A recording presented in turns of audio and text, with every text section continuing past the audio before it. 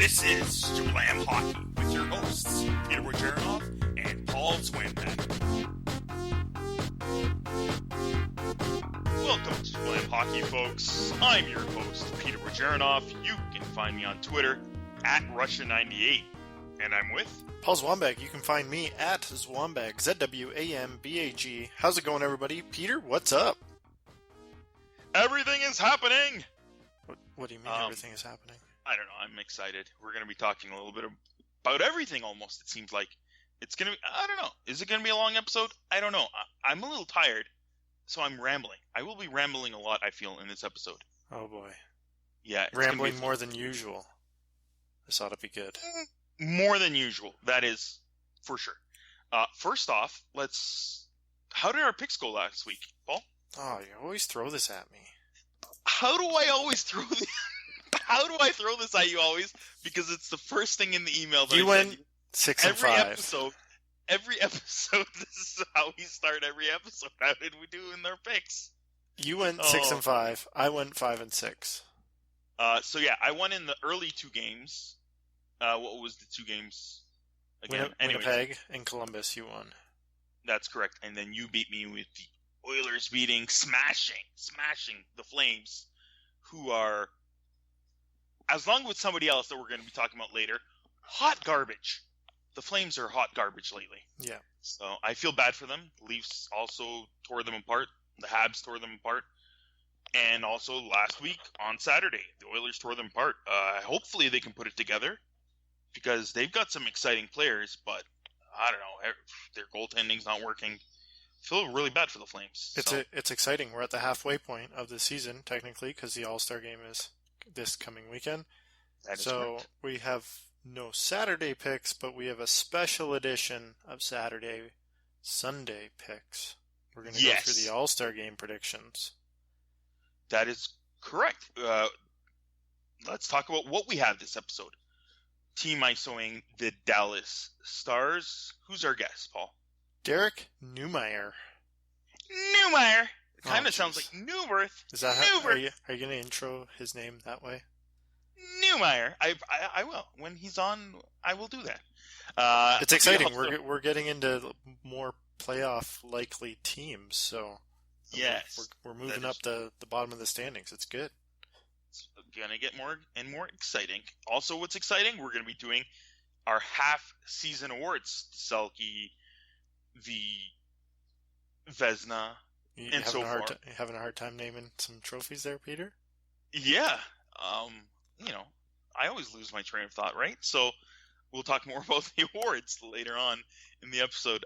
No fantasy up and down, right, Paul? Because of it's fantasy break. I'm not paying attention to fantasy for the next 4 days. Done. You're not paying attention to anything these days. Nope. Vacation. We also have Jablam Junior Hockey Update.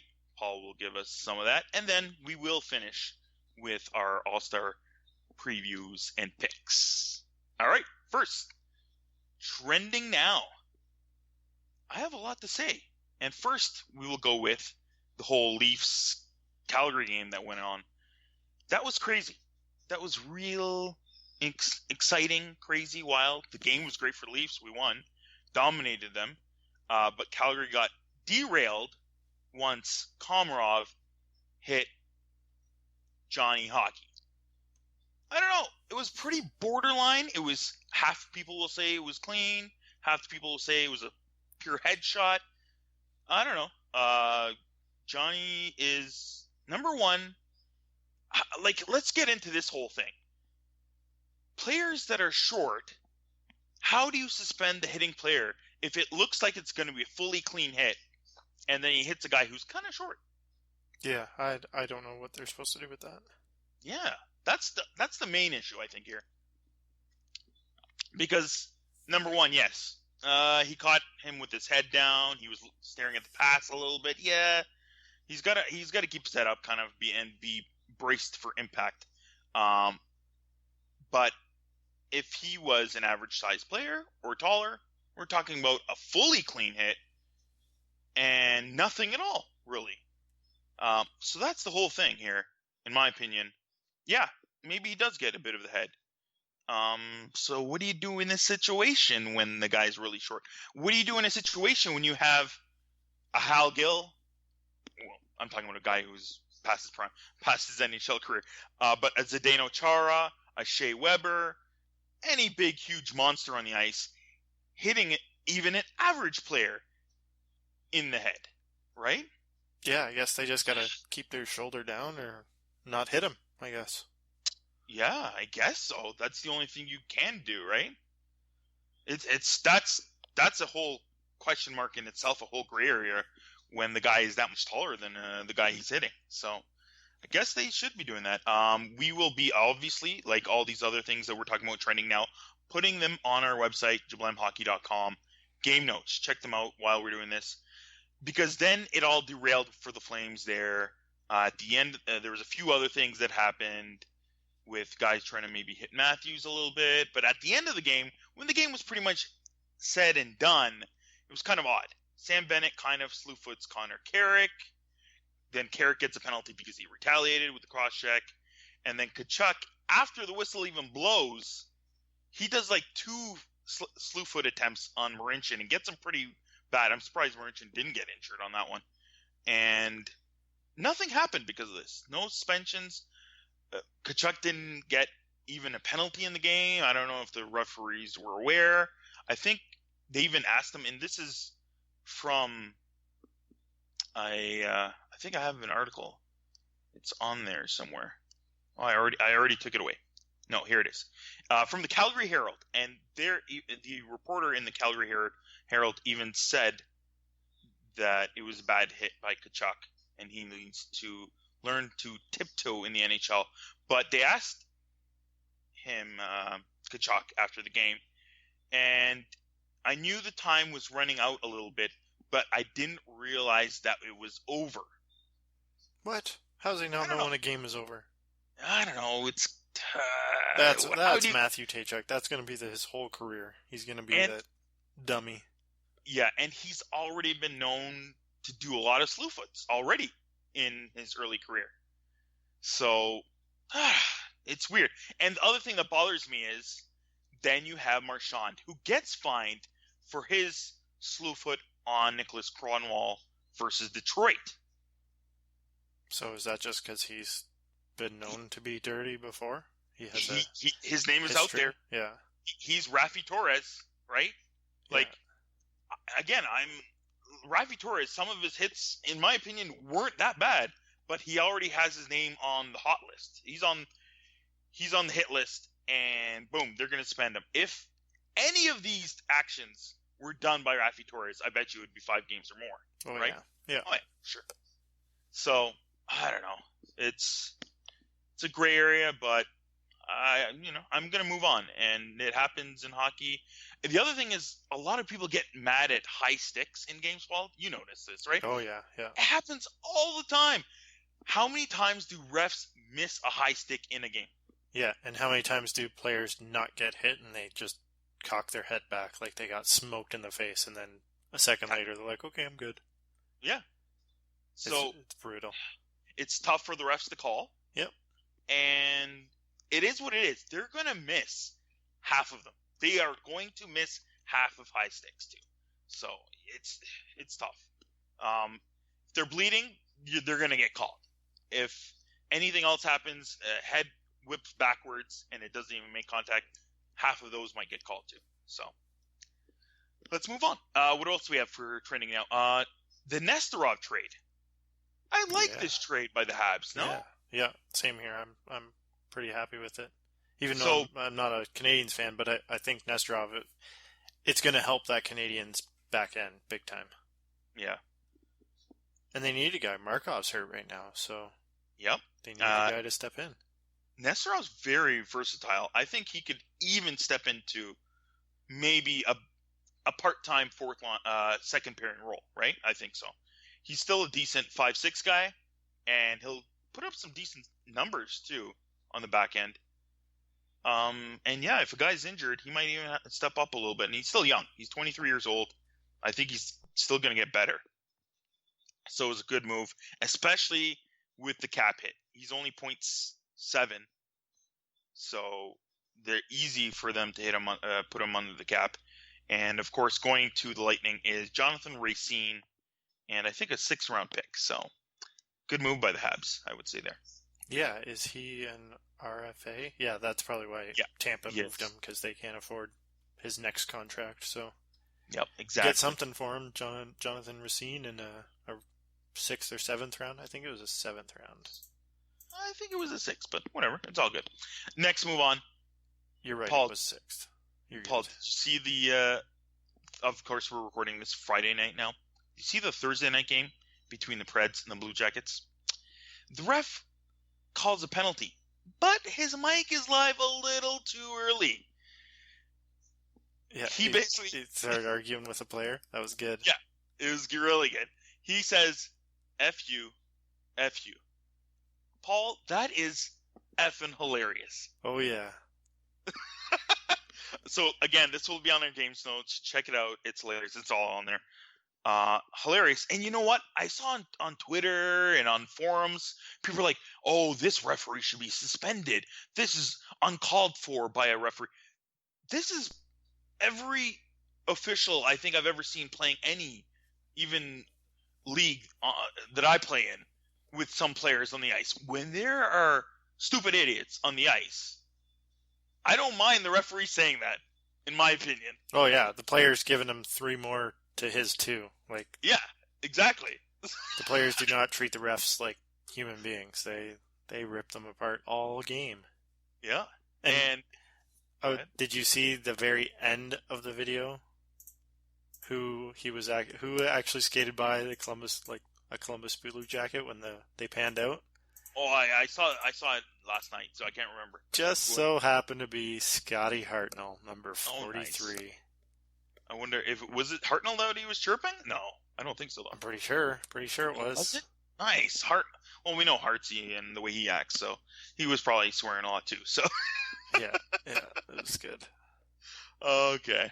Next, Don Cherry decides to chirp Paul Romanek because Paul Romanek doesn't say that Coach's Corner is up next. He says that it's going to be a busy intermission. So Cherry goes on a rampage once again. Yeah, I'm pretty sure the Romanek was probably a backhanded smack, right? Yeah. Why does he have to say a busy intermission? Why can't he just say, it's going to be intermission? He clearly says busy intermission to make fun of Coach's Corner being absolutely bonkers all the time. It's hilarious. And does he not expect Don Cherry to return? Say anything back? Don Cherry's watching. He's listening. He's poking the bear. Oh, yeah, definitely. He's totally doing that. It's hilarious. I didn't see it live, and I'm like some people. I'm on the fence with Don Cherry sometimes with some of his things that he has to say. Not a huge fan of Ken Campbell from the Hockey News. If you read his article, we will post it on game notes. I didn't want to, but Paul, let's do it. Yeah, he just rips into Don Cherry, saying basically that he's an ancient human being and he doesn't matter at all either. I don't know. I still enjoy listening to Cherry. I still think he has a lot of good things to say with hockey equipment and the way players play. And a huge issue I had for over the years was the whole icing. I hated icing, and he was right about that too.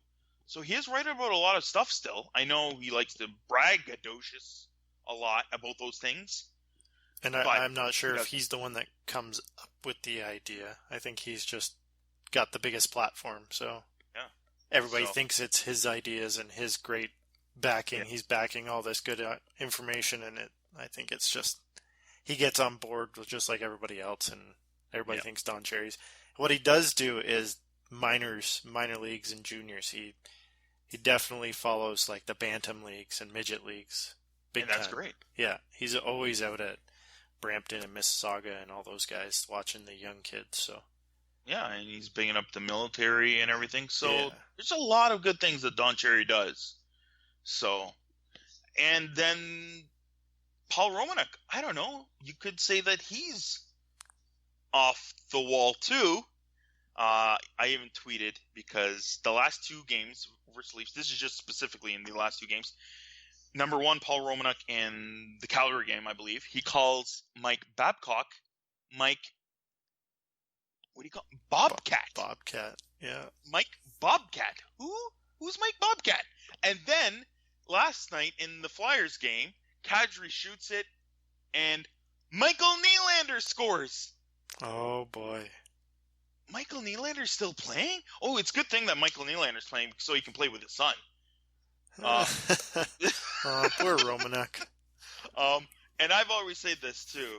I love Bob Cole's voice. Such an amazing voice. But maybe he needs to retire because he makes so many errors. And then when he's not making errors because he knows, I guess, he doesn't know all the players' names, he just says, Toronto has the puck. The Canadians dump it in. Everything is happening. It's probably because he can't see the numbers anymore. Yeah, so it's rough and maybe. But then there's Romanuk. He's not old. He's not that old. Why is he making so many errors? Same thing with Bob Cole sometimes. He'll call a penalty, and he totally wrong guy. Sometimes the wrong team. And this happens often. Oh, man. And you know what? I don't mind it that much because I'm just laughing. I'm just laughing at all these mistakes that these guys are doing. And Romanuk, oh, man, he's got to be better than this. There's a lot of errors. I don't know. And then the other thing is his off-wall remarks. I don't know where he got this from by working in Europe and doing Spengler Cup games. But he'll say, like, that was like a train through the tunnel. I'm like, what off-the-wall remark is this that you're talking about? I don't know. I don't get some of these things that he says, too. Yeah, what is he referencing? I don't know. It's hilarious, though. So, I don't know. But guys that I do like, Cuthbert is amazing. Bob Cole was amazing in his day, and his voice is still great. Even, what were you saying? Gord Miller. Not a big fan of Gord Miller, but he still calls a good game, except for when he likes to ruin it by saying shut out a little early. But yeah, I don't know. And of course, I still like Houston too. Houston's decent. A lot of people don't like some of these guys because they're maybe homers for some of these teams. But Paul, your guys are homers. Check out maybe a Bruins game once in a while. These guys are the biggest homers, these Bruins guys. Yeah. Well, but you know what? We can go on about some of these guys, but yeah, I don't know. I'm still okay with Don Cherry, but who do you got next up the line that's going to fill his role? I don't know. So PJ Stock. Oh my God! Hopefully it's not Glenn Healy. Oh jeez. Moving on. All right. So Patty Marleau, he's not that old. He's my age. 4 goals, baby. 4 That's goals. Old. You know what that means, everybody. Paul, right? That is old. You know what 4 goals means, right? What does it mean? He's bringing out the Rooster. So the best part about all this is Marleau's wife actually tweeted, when he called home, I answered with, congrats on your you-know-what trick. Appropriate? Probably not. And then there's, the 4 emojis of 4 roosters. Yeah, what does that mean? Is that like, I don't even know. You know what that means, right? Roosters.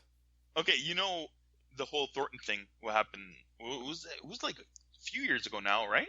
When Hertl almost scored 4 goals. No. And then there was an off-color remark, and then Thornton said he'd pull out his you-know-what if he ever scored 4 goals. Oh, yeah. Yes. Okay, this is all coming together now. Now you got it all. And so that's why she tweeted that, because Marleau scored 4 goals in 1 period, though. Oh, my goodness, 1 period. Last time that happened, I think, was Super Mario. When was that? Like 97 or something? It was a long time ago. So I like that she replied or quote retweeted Brett Burns' tweet as well. Mm-hmm. And his tweet was, big win and what a night for Patty Beast Marleau. # Year of the Rooster. And then 4 roosters. Yep. That's pretty good. And that's what a rooster trick is, folks, if you didn't know. All right, let's get into the show. Team ISOing the Dallas Stars. Again, this is where we talk more about detail about one specific team. You got Paul, in my opinion, last year, this year, we're going out into the blogosphere and getting people who know more about the team than Paul and I. And this week's guest is Derek Newmeyer. Is it okay if I call you Newmeyer? Yeah, I'm actually impressed that you got my last name right. Most people can never pronounce it correctly the first time. I'm European, so I like to say a lot of people's names, and I'm trying to do them like a Michael Neuwirth. So, Newmeyer. And of course, yeah, we're doing the Dallas Stars. Derek, you can follow him actually on Twitter. Derek, so DEREK_N_NHL. And he's currently the publisher, or you're a writer for, what, Defending the Big D? Yeah, Defending Big D is a Dallas Stars specific website that's part of the SB Nation network. Perfect. So, first off, Derek, you're from Calgary, right? That is correct, yes. Are you just not a fan of Calgary, or just like you got bored of them when they played so defensive and they had good, talented players like Iginla? Well, my story is a little bit of a weird one. I was actually born and raised in Saskatchewan, so I didn't have a native local team to cheer for. Mm-hmm. But I come from a hockey family. My uncle Troy Newmeyer, played junior hockey with the PA Raiders. Oh, nice. And was on the same team as Mike Modano. Wow. So growing up, my family followed Modano's career, and I, of course, growing up, did the same. And, you know, nice. When you're a kid and you pick a favorite of something, yep, and you just kind of stick with it. That's basically what I did with the Stars, and I've been following the team my whole life. I went to journalism school as I got older, decided to pursue the hockey writing thing, and it just made sense to keep writing about the Stars, even though I don't actually live in Dallas. Sweet. Mike Modano on the Prince Albert Raiders. Nice. Yep. So, you love the Dallas Stars. Who's your favorite on the team right now? It's hard to pick. I mean, there's a lot of interesting players on the team, both young and old. I mean, it's hard to say no to someone like Jason Spezza. I mean, he's had such a great career. He's been such a talented player to watch over the years in Ottawa, and he's shown a lot of his skill still with the Dallas Stars, even though he's having a bit of a down season right now. Tyler Seguin is an interesting player. He's got a ton of personality on and off the ice. He's such a fun guy to watch play because he's so skilled. But I think, like most Dallas Stars fans, it's hard to pick anyone other than Jamie Benn. He's such an exciting player to watch. He's such a complete player. You know, he can play physical. He's got tons of skill.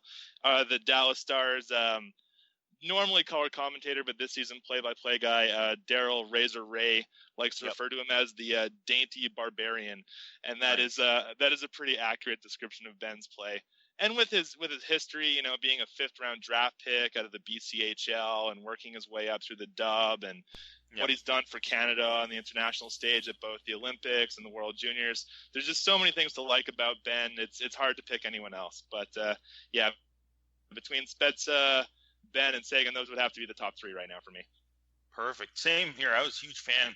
I thought Benn was probably one of the best players we had in the last Olympics for Team Canada, and he was a beauty then. But how come we haven't heard much about him this year? I don't know. Maybe it's because we're on the East Coast. I hear a little bit about Spezza. The Stars aren't playing so well. But I don't know. I just don't hear that much about Benn. It's kind of odd. I don't know. Maybe it's just... Well, there's a lot of reasons for that. And you're not going to find a lot of concrete information. I mean, Benn is generally a pretty reserved person. And the Stars like to keep injury stuff under wraps, keep it pretty hush-hush. But Benn's essentially been playing injured for most, if not all, of the season. He suffered something over the summer, and he took some time to recover through that through training camp. And just watching him play last season or the last few seasons to this season, he's just not quite the same player. Mm-hmm. He's lost a bit of dynamism in his game. He just doesn't seem to explode on shifts as much as he used to. You still see the skill, you still see the physicality. Like, he's still certainly the same player, but he's only playing at, I don't know, 80, 90% efficiency as to what he was doing in the past. Yeah. And there's still been it's been hard to get information about what's really been wrong with him. It's something potentially abdominal, something like core injury as it's been referred to. Yeah. So it seems like it's something that's affecting his whole game. So it's hard to it's been hard to watch him. He's like watching a tiger locked up at the zoo. You know what Benn is capable of as a player, and you see him out there in games just fighting the puck a little bit, not quite looking 100%. And I think it's hard to deny that that's been one of the reasons why the Stars have struggled a little bit this season. When you don't have your best player at 100%, I mean, it's hard to find that extra effort of the rest of the guys when your leader's not 100% there. Yeah, and then when they are, they look the way Sidney Crosby does this year. Right, Paul? Yeah. Yeah. All right, so let's go to off-season acquisitions. There's a few of them. So first off, a guy that I like, I kind of like, and he's kind of underrated. How is Dan Hamhuis fitting in so far this year? Hamhuis has been a good addition for the Stars. Dan Hamhuis is one of those players that you have to watch a lot to really appreciate. He's not going to put up huge numbers on the score sheet. He's not going to be someone like Shea Weber that has a slap shot that everyone jumps out of the way from. He's not going to crush guys in the boards. He just plays his really smart, really safe, really efficient game. Hamhuis he's older now. I think he's 34 right now. He's on the back end of his career. I think he's lost a little bit of a step compared to when he was playing for Nashville or when he was playing with the Canucks in the playoffs, or even when he was playing for Team Canada at Sochi. But he's still a very effective player. You notice he takes a lot of minutes. He plays in a lot of situations on the penalty kill. He's on their second power play unit, and he's always making the right decisions. It's one of the things that you really appreciate about Hamhuis when you watch him very closely. It's just every shift, every little play, it always seems to be the right call. And it's been very appreciated for the Stars this season. They've got a young defense core that's been prone to a lot of mistakes, and Hamhuis has been something of like a safety net for a lot of the team's younger defensemen. If you look at if you dig deeper into some of the advanced metrics for possession stats, and you see players like young players how they played with Hamhuis and how they played without Hamhuis. Basically, all the young guys are playing better when they've had time with Hamhuis. So he's been that stereotypical, like, reliable veteran player, and it's been something that the Stars have needed. Yeah, sounds the way I'm used to seeing him when he was on the Canucks. That's right. The other guy I like to talk about is Nichushkin. Big Val. Yeah, he started off so well in his career, kind of thing, but he just fell off, right? So. What kind of happened there, and then they just let him go to the KHL, right? Well, the story of Nichushkin's a bit of a complicated one. He came to the NHL at 18. He wanted to play in the NHL right away. He didn't want to play in the AHL. The Stars thought he was ready, and he was. He had a great rookie season. He spent most of the year on the top line with Benn and Sagan, and he produced. He was a very reliable player for them. Things took a bad turn in the second year. Due to injury, he missed most of the season. He played a few games in the NHL, played a few games in the AHL, but he was never quite 100%. Last season he was healthy, but the Stars were a deeper team. They added Patrick Sharp. They had a huge breakout season out of Matthias Janmark, who had a great rookie year and basically cemented himself on the second line next to Jason Spezza. So Nichushkin's ice time suffered a little bit, as it happens to a lot of young players. There was nothing against Val. He was contributing. He plays a very complete 200-foot game that not a lot of people realize. But he just wasn't getting a lot of ice time. He wasn't getting the role that he had in his rookie season, where he was more or less a staple on the team's top line. And I think he got a little bit frustrated by that. There was also some contract potentially disputes over the summer. Again, the Stars, they like to keep things pretty tight-lipped. Jim Nill keeps a very, very good poker face. And it was assumed more or less that Nichushkin took more money this season in the KHL than he was going to get in Dallas, and I think that's fair. I mean, Nichushkin has a lot of potential. I think he's still going to be a very, very good NHLer one day. But, he still has work to do in his game. Sometimes his decision making is a little bit iffy. He has a hard time elevating the puck when he gets a chance with it. Sometimes his hands and around the net can be a little bit suspect. So, and these are all things that will grow in his game over time. I mean, I don't think it's necessarily ragging on a player to say that, he's 21, he's got things to work on in his game. So I think it was just a bit of a weird impasse where he wanted to take a little bit more of a payday in Russia. He's getting more ice time right now. He's playing a bigger role in his team. And, there's also that comfort of being back home. Yeah. So it seems like the Stars still have very high hopes for Nichushkin. And I'm sure that they want to bring him back to Dallas as soon as possible. And I think the team is hoping that his time right now in Russia will be good for his development. I mean, he's getting lots of ice time. He's getting played in a lot of situations. So the Stars hope that once he is back in North America, he'll be ready to be plugged into a top 6 kind of role permanently. Yeah. It's too bad. Hopefully he's back and can help out the Stars. But the thing that maybe a lot of people don't know too much is the Stars have had a lot of huge injury problems, right? There's like Sharp, Hoodler, Alexiak, Hemsky. It's crazy. List goes on. Is like Hemsky done for the year? It seems like there's a good chance of that. He hurt his hip in the World Cup in the fall. He came back for one game. It's like he might have re-aggravated something, or he wasn't entirely ready to be back. And the prognosis isn't good. It seems like they're estimating like a March, April kind of return date. And whether he actually comes back to play this season is kind of dependent on where the Stars are.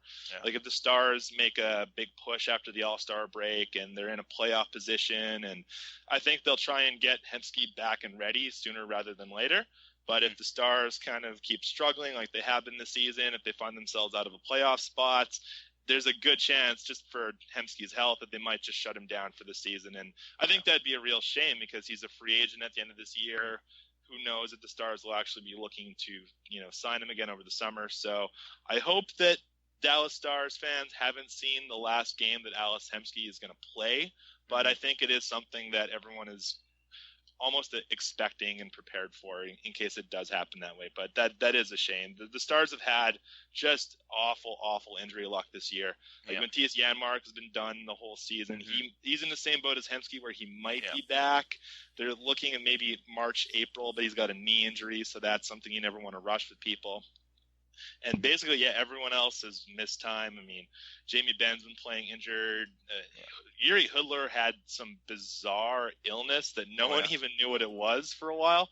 Like, so he was playing with it then? Is that why he wasn't doing so well either? Well, Hoodler missed the first good chunk of the season because of this illness, and no one seemed to know really what it was at first. I think it's still something of a mystery. As much as the Stars like to keep things tight-lipped, I think even a lot of the team doctors were kind of confused about what was plaguing him. Like, he would practice, and things would be good one day, and then the next day there'd be like a setback. So I think he's looked okay at times in the lineup. But, I mean, it's hard to expect the world out of him right now. I mean, he's maybe still not at 100%. He's adjusting to a new team and a new system. And a team that's been off this year, a team that's not quite who they were last year. And if you had Hoodler and you'd insert him into the 2015, 2016 Dallas Stars when they're scoring a ton of goals a game and they're fast and they're exciting and they're playing with a lot of confidence, I think the way he played, Yeah, I think Hoodler's play would have been a lot more noticeable and a lot more positive, but he's just been kind of brought into a situation that's A, not ideal, and B, he's been having to fight things a little bit himself. Paul, do you have any questions or any maybe prospects you want to talk about? Yeah, I'd like to talk about some of the prospects. A lot of the guys are already in the lineup, like Esa Lindell and Julius Honka. I want to get your opinion on Denis Gurianov. He's been playing with the AHL's Texas Stars all season, which is not an easy thing to do as a 19-year-old. You don't see a lot of 19-year-olds that are actually playing in the AHL, but he's been holding his own. He's still got a long way to go, I think, until he's ready to be like a full-time NHLer. I think he should take probably one more year in the AHL just to fully develop his game. But, man, there's a lot to like about what Gurianov brings to the table. He's a big guy. He skates really well. He's got a great release on his shot. He's hardworking. He's a good 200-foot player. Like, he has a good understanding of things in his own zone. I try to watch the Texas Stars a bit just to kind of scout him a little. And he's playing very well for them. He's in a more of a bottom six role. He's had to fight hard for ice time on a team with some older AHLers ahead of him in the lineup. But I think that's been good for him. He's learned to play more of a checking role. He's learned to play a bit more of a grinding role at times, and the teams needed him to do that. And I think it's going to be something that really helps him develop into an NHLer. Not everyone can start in their rookie season on the first line or the second line. If they get someone who knows how to play a physical game and a good defensive game in the bottom six for the first year or two of his career, that's only going to help them. And Gurianov had a really good showing at the World Juniors. He was one of Russia's best players, maybe one of their top three, I would argue, between Kirill Kaprizov and Ilya Samsonov. Scored a huge bronze medal-winning goal against Sweden. And at times, he just was a force out there. He was a player that was really pushing around others. He seemed like he was playing like a level above a lot of players in that tournament. And I think that's something that a lot of Stars fans and probably Stars management were really excited to see. You know, his first year in the KHL after his draft year was kind of a disaster. He was stuck playing fourth line minutes. He didn't make the World Junior team. So there's a lot of pressure on Gurianov to see how he would perform as a 19-year-old at the World Juniors, you know, against the other best players in the world at his age group. And he probably even realized there's going to be a lot of pressure and expectation on him. And he succeeded. He had a great tournament, and I think he's brought a lot of that confidence back with him to the AHL since the tournament's ended. And do they have a plan with goaltending? Do they have a successor after Kari Lehtinen and Antti Niemi? Is there any prospect ready? Well, that's definitely the talk of the town in Dallas right now. I mean, there's a lot of things going on at the Stars this season. There's been no shortage of stuff to talk about, whether it's, you know, is Lindy Ruff on the hot seat, what's been going on with injuries. They've had a lot of young defensemen that have been sitting as healthy scratches because it's quite a logjam. But the goaltending has definitely been the biggest issue. I mean, Lehtinen and Niemi, they've both had solid careers to this point, but they're both definitely on the backswing of things. And part of the problem is, there's two. The first is that both goalies are still signed for next season, so they're still under contract. So they can't just let one of these guys ride out the last year and then open up a space. So the Stars, if they want to fix their goaltending, they have to get a little bit creative, whether that's going to be a buyout over the summer or a trade with another team that's willing to take on what is at this point a bad contract with one more year of Lehtinen or Niemi. But the biggest problem is that the Stars don't have anything in the pipeline right now. I mean, they do. They have some prospects that have shown some promise. I mean, Philippe Desrosiers was a second-round pick out of the QMJHL. He had a good time in the QMJHL. I think he was a CHL goalie of the year his last season, but he's never really kind of found his groove in the minors. He's playing in the ECHL right now, and his numbers aren't great. They had Maxime Lagacé, who was a free agent they signed out of the QMJHL, who had one really big year last season. He kind of came out of nowhere up from the ECHL and took the starting job away from Jack Campbell, who had been their, assumed goalie of the future for a long time, but that obviously didn't pan out, and he's now with the Los Angeles Kings system. And they added Landon Bow as a free agent out of the WHL, and they drafted Colton Point, who was a really highly regarded goaltender in the 5th round last year. So there's a lot of guys in the system, like guys that have shown some potential, but the problem with the Stars is they haven't had anyone that's really stepped up and shown themselves as someone that can be really confidently looked at as a goalie of the future. And it's definitely something that the organization needs to address, because Lehtinen and Niemi aren't getting the job done well enough right now, and they don't have any hope coming on the horizon with prospects. Maybe in a few years if something like DeRosier or Point really pans out, but right now there's nothing that's a lock. Well, and I think the Jack Campbell thing really set them back, because they definitely thought Jack Campbell, that was their go-to guy, and I don't know what ended up happening, if it took too long or they didn't have the patience for him, but that just seems like it set him back big time, moving Jack Campbell out. Yeah, it was tough for the Stars, because when you spend the first round draft choice on a guy that had as decorated of a junior career as Campbell did, I mean, he was huge for the United States at the World Juniors and the World Under-18s. Like, despite the fact that he was something of a reach when the Stars drafted him in 2010, he was still a very good goalie prospect, and the team didn't emphasize a lot of attention in that area at the draft after drafting Campbell. They didn't spend a high pick on a goalie until DeRosier in, I believe it was 2012 or 2013. So there was a gap in that time where they'd spend a 5th round pick or a 6th round pick on a goalie, but they didn't really emphasize on filling up that position beyond Campbell. And the fact that Campbell didn't pan out for the Stars is kind of the problem now because they didn't have anyone really behind him in the system. Interesting. Is there any other prospect that you'd like to bring to our listeners' attention? Julius Honka was one that was mentioned, and I think Julius Honka is going to be a fantastic player in the NHL. He's a small defenseman, but he is a defenseman that is really going to be built for the NHL these days. He's a great skater. He can handle the puck well. Like when you just watch him out there as, a 21-year-old against a lot of NHLers, just see the confidence he has with the puck and just the ability he has at moving it around. It's pretty remarkable just seeing what he can do.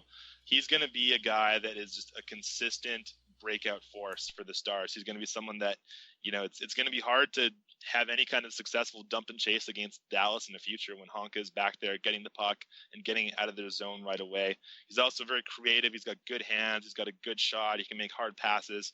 So he's going to be also a guy that can play on the power play. He's going to be someone that's going to be able to contribute offensively. And I think he's going to be a very, very fun player to watch. People are going to compare him to John Klingberg because they have similar backgrounds. They're both Europeans. They're both offensive, right-shooting defensemen that don't play an overly physical game. But Klingberg is not nearly the skater that Honka is. They're slightly different players in terms of how they play. But Honka is going to be a very electric player. You've already seen bits and pieces of that with the Stars. He's probably not going to be a full-timer in Dallas for the rest of the year. I think he's going to go back down to the AHL just because they have such a logjam with Stephen Johns and Esa Lindell and Jamie Alexiak and Patrick Nemeth and all these other guys on the team. But I think he's going to be a full-timer in Dallas next year, and I think he's going to be a player that turns a lot of heads because when you watch the Stars play, like a team that plays fast already, a team that likes to play up tempo and loves to break out up the ice, Honka is going to be a big part of that, and it's going to be very hard to not notice him once he's out there. Nice. All right, Derek, you know what? We talked a lot. I think we're going to thank you for coming on the show. We also will be tweeting out your Twitter on jablamhockey.com as well as on our Twitter. But yeah, I also do think if they can get a true number one goalie, I think even with all the injuries, they'd still be a pretty good team in heading into the playoffs. So we'll see what happens with that. Yeah, I think so too. I mean, there's been a lot of rumors out there that the Stars are looking, and if I'm Jim Nill, like the Stars general manager, you have to be making phone calls. You have to be talking to the Penguins about Marc-Andre Fleury, maybe talking to the Tampa Bay Lightning about Ben Bishop.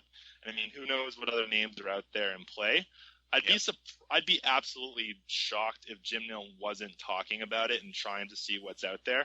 But yeah, whether or not a move can be made, that's going to be the big question. Everyone talks about how tight the trade market is these days, how no one wants to make a move, how the prices are so absurdly high for anyone that's at any demand. So it's going to be interesting. But yeah, like you said, the Stars' season, their playoff hopes might depend on the ability of Jim Nill to make a trade for that goalie. Yeah, well, I think both Paul and I picked them as a 7, 8, 9 type of team, and with the injuries, you know what, that puts them a little bit out of the playoffs. So if they get a little healthy and a little bit better goaltending, they should still maybe sneak back in. So we'll see. All right, thanks for coming on the show, Derek. No problem, guys. Thank you for having me. All right, see you later. Half-season awards, Paul. What do you want to do? You want to go with the Hart first, or do you want to go with the Norris first? Let's go with the big old Hart. The big Hart. The big one. Hart, what did you pick? I'm still going Connor McDavid. Your number one is Connor McDavid. Yep. That's what I went with when we did this a month into the season. So now Connor McDavid's still up there. Yeah, not even a month into the season. I think we did it like 3 weeks in. And same here. Number one, Connor McDavid. Who's your number two? Sidney Crosby. Ooh. I've got Sidney Crosby in my backup fourth slot. Oh. Because number two, I've got Sergei Bobrovsky. Wow. Jackets would not be there without him. 100%. Interesting. You? What do you got? Third, Brent Burns. Brent Burns. Yeah, he's having quite a year. He is. And my number three is another goaltender, and it's Devin Dubnyk. Wow. Did you hear about the whole Devin Dubnyk thing, and they want to shrink his pads now? What? Yeah, there's something going on with they're checking goalies' pads and stuff, and maybe they're a little too big. I don't know. So what happens if they are illegal? Do they lose games? I don't know, but I think they're just telling him he has to change them now. So interesting. Very weird, very odd. And did you pick a fourth? No, I did not. All right, I picked the fourth for everything. Top three, only top three, man. All right. Let's go. Jack Adams, best coach so far. I want to go backwards up. I like backwards up. You know me. I like to go from the back. Number 4. Whoa. Guy Boucher. And then my number 3 is Alain Vigneault, doing still pretty good for a Rangers team that we didn't think would be still maybe playoff material. You? I got John Tortorella. Tortorella. All right. With the Blue Jackets. He's got to be up there for Jack Adams. He's probably in your 1 or 2 spot. It's got to be. That's right. I've got him in my number 1. Oh. My number 2 is then Bruce Boudreau. Nice. We totally had the Wild out there, and I said they could be. You never know because of Dubnyk and adding Eric Stahl. You? I had Bruce Boudreau, and then number 2, Barry Trotz. Ooh, yeah. Barry Trotz. Yeah. Yeah, he's doing a pretty good job. So completely different from what we went with it at the beginning of the year, by the way. Well, yeah, we totally didn't think those guys would be doing a big, move. But there's still some pretty good. Like Guy Boucher is, I have him in my 4th slot, but he's done pretty well. I didn't think Ottawa would still be doing this well this year, especially with Anderson basically being out almost all year, right? Too. So yeah, Todd McClellan's got to get a shutout as well. He has finally got the Oilers into the playoff spot. So, well, yeah, that's true. All right, GM of the year. My number 4 that I picked is my backup Bergevin, because the Radulov signing and the Weber trade is working out so far for them. But then my number 3 is Jarmo Kekalainen for the Blue Jackets. The Seth Jones trade was great, and the new contract is great too. Adding Gagne and even locking up Ryan Murray, great moves that he's done. What do you have for number 3? Brian McClellan. He's Nice. built a pretty solid, big depth Washington Capitals. They got scoring depth. That's for sure. Nice. I didn't have him at all. My number 2, I did pick Peter Chiarelli for the Oilers. I agree with that. That's where my number 2 is. It's weird because a lot of people think he's done a bad job with some of his moves, and maybe he has, but I still think the Larson trade is still working out for them because it gave them the room to also add Lucic. Yeah. Right? And they needed a guy like him. And even the Talbot trade is amazing, and then locking him up, a great move. Yeah, and they said in the offseason they need to go out and get a defenseman. Well, that's what he went and did. There's not Roman Yossi's growing on trees. Like, yep. You got to pay for a defenseman, and yeah, you didn't get the top-end defenseman or the flashy defenseman, but Adam Larson was a top prospect when he was coming into New Jersey.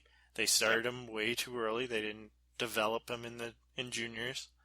They thought he was ready when he started his 1st or 2nd year. I'm all right with the haul for Larson deal. You got to give up a big time guy for defensemen in this league.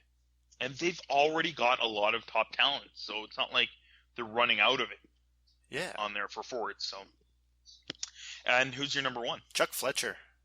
Same here. We both picked Fletcher of the Wild.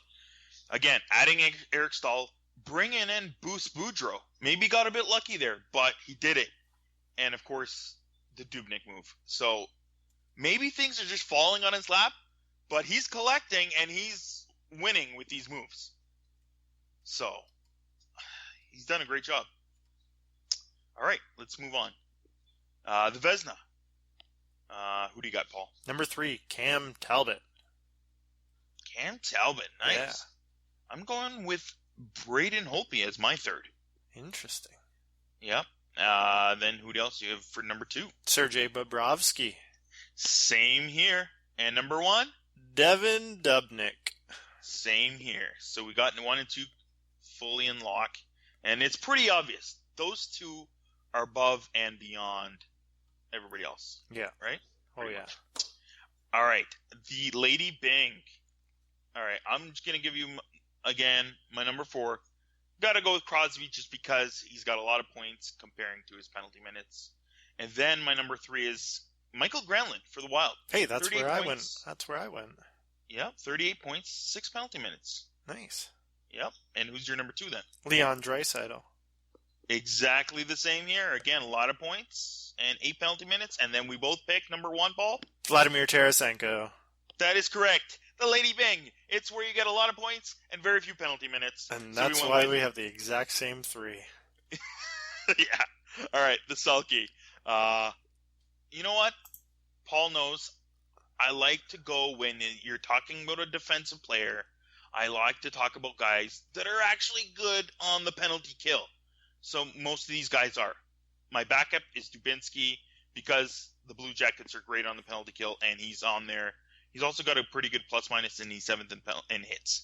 But then my number 3, an underrated guy for the Capitals, Jay Beagle. He's actually plus 16 this year.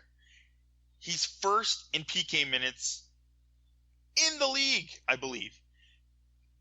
Caps are third in the league in the PK, and he's actually third in the league in face-offs. Beagle's actually playing pretty good defensively. Paul, who do you have in number 3? Ryan O'Reilly. I like to go face-off percentage. I'm more of a face-off percentage guy. You go the penalty kill, I go the face-offs. So Ryan O'Reilly, 58%, 923 face-offs. That's not too bad. Well, I went more percentage-wise, and Beagle's up there. He's doing pretty good. My number 2 is Ryan Kessler. Plus 12, second in the league in penalty kill minutes. Ducks are still top 10 in the penalty kill. He's also 5th in the league, or in the top 5, I think, in blocks, and still good on face-offs, 8th in the league. Yeah, 57.6%. Yep. Over 1,100 face-offs. I also have him at my number 2 spot. Perfect. And then my number 1 is Mikko Koivu. Whoa. He's a plus 24. The Wild are a top 5 penalty kill team. He's on there. And he's also top 10 in the league in blocks and still top 20 in face-offs in the league. He's good everywhere on the ice, especially killing penalties and everything like that. Paul, you? I went with Patrice Bergeron, the face-off king. Mm-hmm. 59.1%. That is pretty outstanding. He's 5 behind Kessler in face-offs. They're 11-19 and 11-14. That's the most in the league. So these guys are expected to win face-offs. All right, let's move on to the Calder. My backup is Matt Murray. I'd like to have him in the top 3, but he's been injured. So if he gets healthy and he keeps on playing, I think he's going to he could be nominated and probably will be. And then my number 3 is Mitch Marner.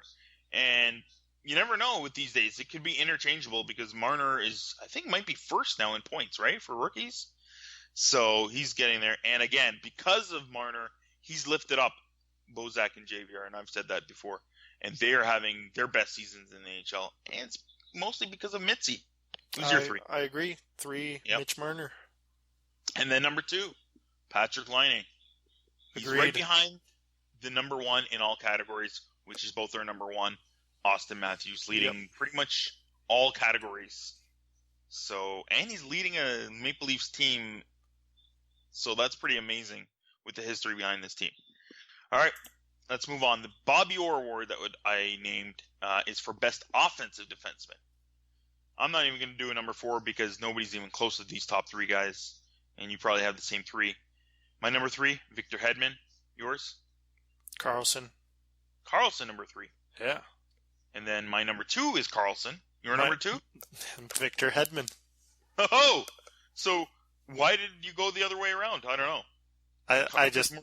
I'm impressed with Hedman. I figured, I think Carlson's always up there, so I wanted to go a little different and give Hedman some props being in the second spot. There's no way he's number 1 because Brent Burns is just dynamite. 19 freaking goals. He's what, 4th or 5th in the whole league in points? I don't know. It's Burns. He's amazing. He's up to 21 goals now. Oh my god, yeah. Sorry, I did this a week ago. Wow. Yeah, he's fourth in the league in scoring behind McDavid, Crosby, Malkin, and then it's Burns. Ridiculous. Yeah, and again, when they name the actual Norris at the end there, it's probably going to be because of Burns, because they pretty much more so look at points, and he's killing it. All right, let's go for our Norris, which is the best defensive defenseman. My number 3 is Brent Burns. He's still plus 15. He eats up 25 minutes a game. He's such a smooth skater that it helps him in all areas, especially in his own end, taking the puck out. San Jose is still a top penalty kill team, and he's helping in some of his minutes there. And he's actually top 7 in defensemen in takeaways, stealing the puck. Who's your number 3? Shea Weber is number 3. Wow. That's my number 2. Again, eating up a lot of minutes, right? He's 7th in the league also in blocks. And I think he's top 5th in penalty killing minutes, too, in the league. So he's doing a good job everywhere, especially eating up a lot of minutes. And then we're picking number 1 is? Ryan Suter. Yep, I figured. Who's your number, or your number 2 was Shea Weber? Right? Yep, my number 2 was Weber, and my number 1 was Suter. That's gotcha. Correct. I got Jared Spurgeon, who's pretty sure he plays with Ryan Suter. Minnesota Wild are just ridiculous on defense. Yep. I usually don't like picking the same teams, too, if there's another guy that is playing with another guy, too, so it's hard. I like to pick one of the other one, but yeah. Suter, though, is killing it. He's tops in the league in a lot of categories, but PK, everything, destroying minutes, plus 30. He's a stud. All right, Paul, let's move on. And the All-Star game, that's what we have this weekend. Skills comp, though, I don't know. It's the only thing we really want to talk about the skills comp, I want to say, is you're happy that they took away the whole breakaway challenge thing. Yeah, the made-up thing where they come out in a stupid costume. Shootout challenge. Usually the guy that is from Los Angeles wins because the guy from the home city. Yeah. Yeah. I don't know. I didn't mind it. It was funny. It was kind of funny. And I think the kids loved it. And that's another thing. You still got to have some things for the kids. And that was one thing that they've taken away from the kids, which I didn't like.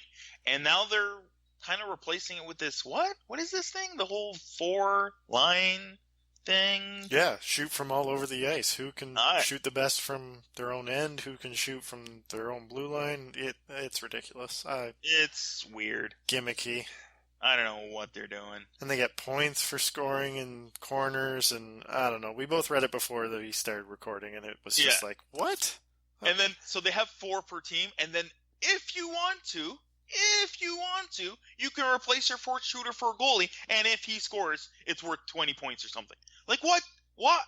Okay, so we're going to switch our last guy for a goalie because we can get lots of extra points for no reason? Yeah.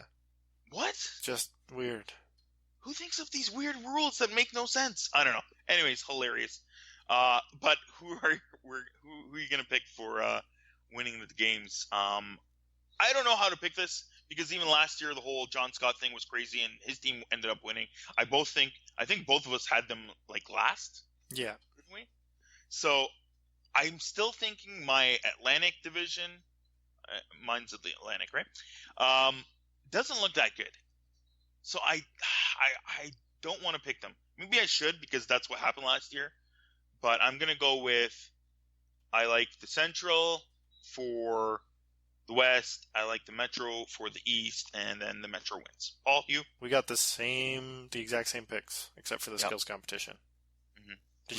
Who'd you pick in the skills competition? I picked the Atlantic because I just threw it up in the air and just said Atlantic. All right, that's the only one that we have different. So, all right, awesome. But these ones will not count for our actual Saturday's picks. These are just for fun because it's the All-Star game, and the All-Star game is meaningless, right, folks? Exactly. Saturday picks. We're halfway through, 83 and 60, tied. We are tied. How about that? That's impressive. It is pretty good. All right, that's it for this episode. Next week, Paul will give you some fantasy up and down. We'll try to do another TMISO, and I'll try to see if I can figure out a new top 10. And of course, that'll be also part of our blogs. Go check out our blogs. We've got a lot on there now, right on SublimeHockey.com. All right, that's it for this episode. Make sure, again, if you haven't, resubscribe or subscribe to to us on iTunes or right on our website. And rate and review us on iTunes if you can. All right, that's it. See you next week. Bye.